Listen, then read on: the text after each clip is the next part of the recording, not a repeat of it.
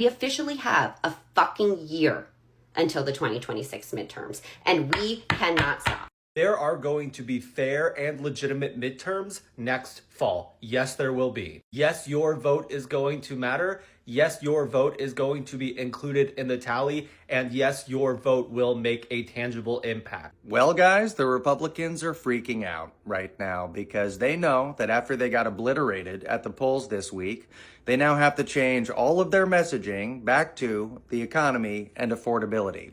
It's interesting to watch what's happening right now. The Republicans are panicking because blue wave is hitting hard. For the Black folks, this isn't new because Black folks have always been seeing the light from the word go. They always knew everything that was happening. For example, the shutdowns, for example, the SNAP benefits being taken away. All these things were not new. The Black Americans knew that this would happen. And that's why they were against this administration in the first place.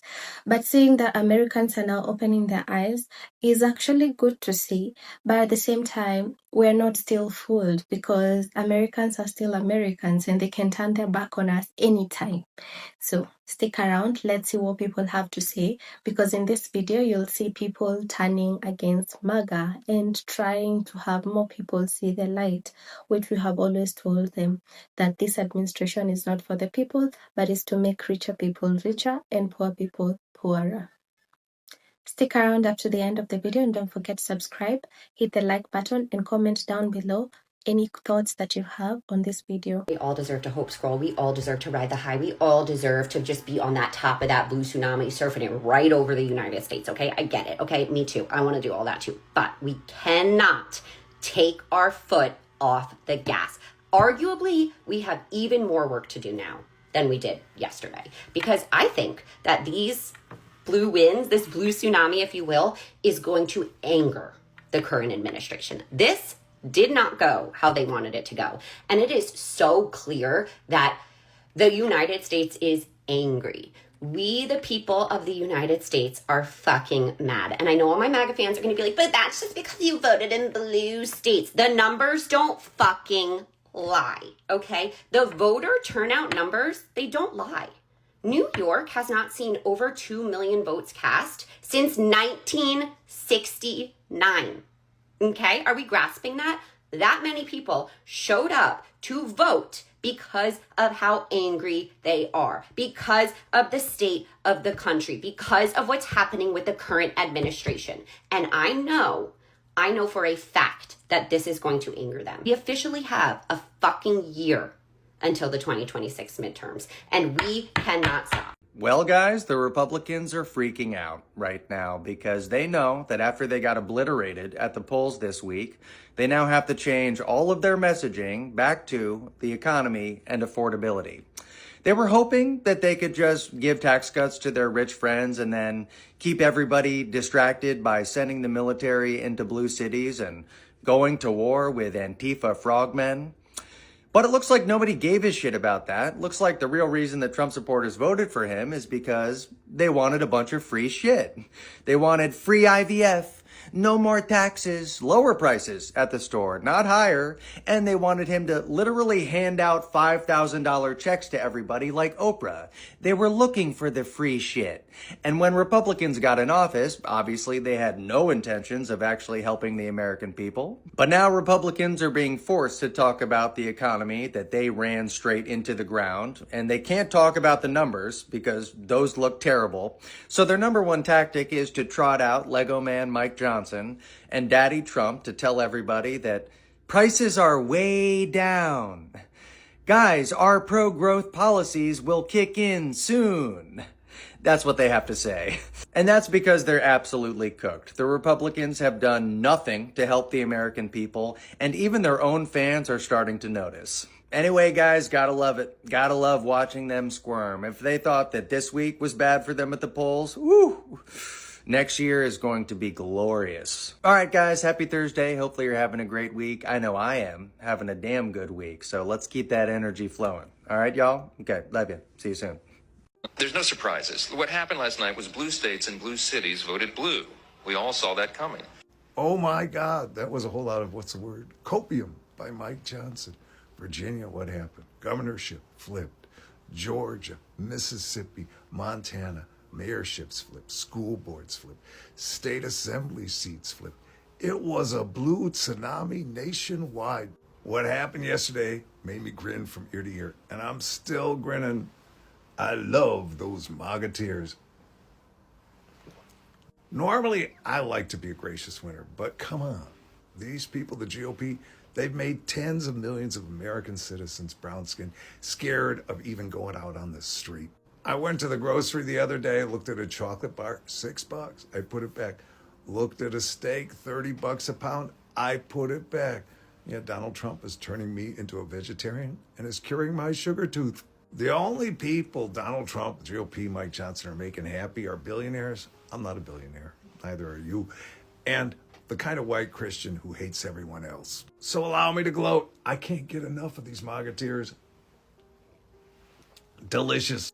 And for all those cynics who kept telling me, I saw those comments on social media, we'll never have a fair election again. What happened? We had a fair election yesterday, and Donald Trump, the GOP, went down. Turns out Donald Trump is about as popular as Ebola. And for those who kept complaining about the Democratic Party, the brand is no good, it's in the toilet, it'll never win again. What happened yesterday? Blue tsunami. You know, I'm not in love with the Democratic Party, to be honest, but it's the car that can get us there. Just as an aside, I took my car to my mechanic just this morning for its annual oil change. 2012 Toyota, looks like hell, paint is shot. And I said to my mechanic, can I keep this thing going for another 5 or 6 years? He said, no problem. That's the Democratic Party. Looks like hell, but it can get us back to democracy. What's the next step? We got to keep making MAGA cry with more protests and get ready for the midterm elections. And for those naysayers who say, we won't have an election, we will. But obviously, it won't be as fair as the one yesterday. It'll be more tilted. All that means is that we're going to have to work harder. Yeah, we can make more MAGA tears, which means we can bring back democracy. And yeah, come 2028, we can certainly get rid of Donald Trump. So, I used to be a MAGA Republican. Let me just kind of explain why I jumped from MAGA over to Kamala Harris. So let me just kind of sit back and explain. It actually just happened recently. So let me just kind of back up. In 2016, I voted for Donald Trump. Why? Because I was afraid. I was scared of Clinton. And it worked.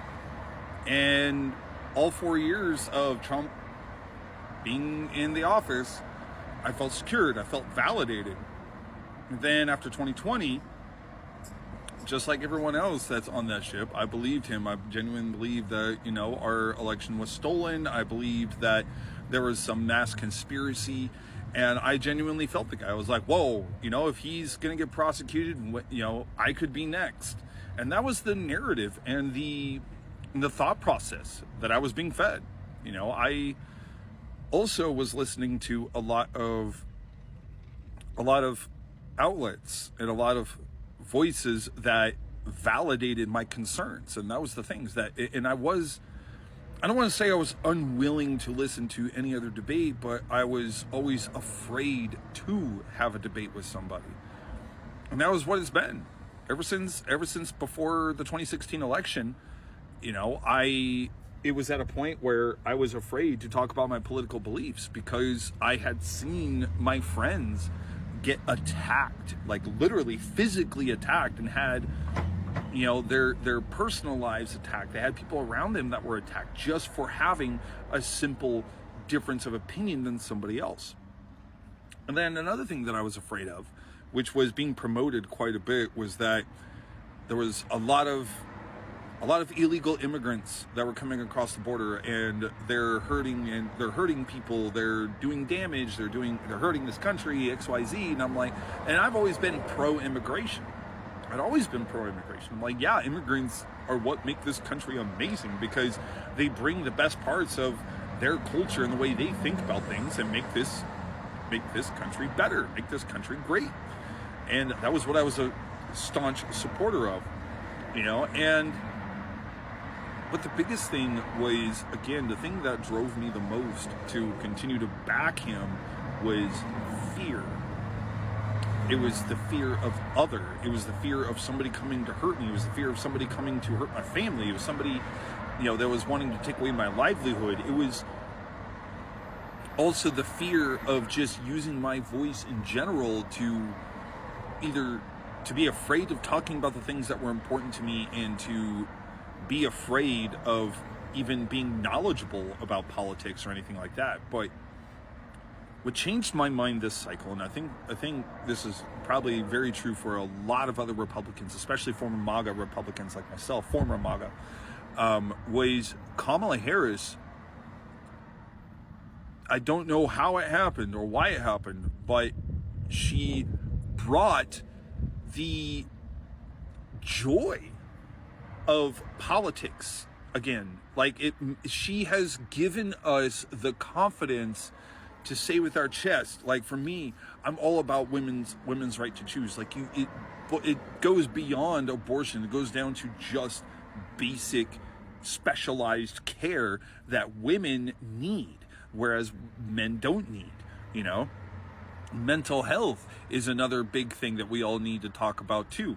Being able to find ways to, secure our border, actually having a concise plan for your average American as far as the economy goes, being able to say, hey, look, we're going to tax this group of people because they have too much money, and then it's going to boil down and help fund programs to help average everyday Americans.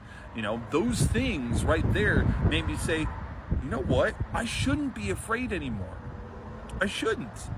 That's been the key ticket for Donald Trump and a lot of other Republicans who stay behind Trump, who are loyal to him. Their platform is fear, and it has been fear. Fear of other, fear of invaders, fear of people coming and hurting you, the fear of somebody coming and taking your rights away, the fear of, pushing the fear that if you don't vote for him, that you're going to be voting for some dictatorial type of government. And the policies that he has planned, and the proposals that he has planned, are an overreaction to a supposed fear. And I keep using that word over and over again, but that's basically what the main reasons why was. I believed that we were doing better under Trump, back in 2016 through up to 2020. I felt that we were doing better, which was not true. He carried on a lot of the policies from Obama, and we are currently living under Trump's tax plan right now. Currently, I didn't realize that until I actually dug a little deeper. But my point is that I switched because I felt happy. I felt good about it. I'm like, okay, cool. Let's finally have a discussion. Let's talk about things. Let's not be afraid anymore. Let's actually think about things. And, and like I keep saying on all my other videos, just keep letting him talk. And him talking was what drove me to say, no, I'm not doing this anymore. So anyway, wanted to give you guys insight. I was a former MAGA Republican. I was fervently behind Donald Trump, but as you can see from my last videos, that's clearly not the case. Please continue to have these respectful, honest, really, really respectful discussions. It really does mean a lot. Thank you guys. Keep going. Move forward.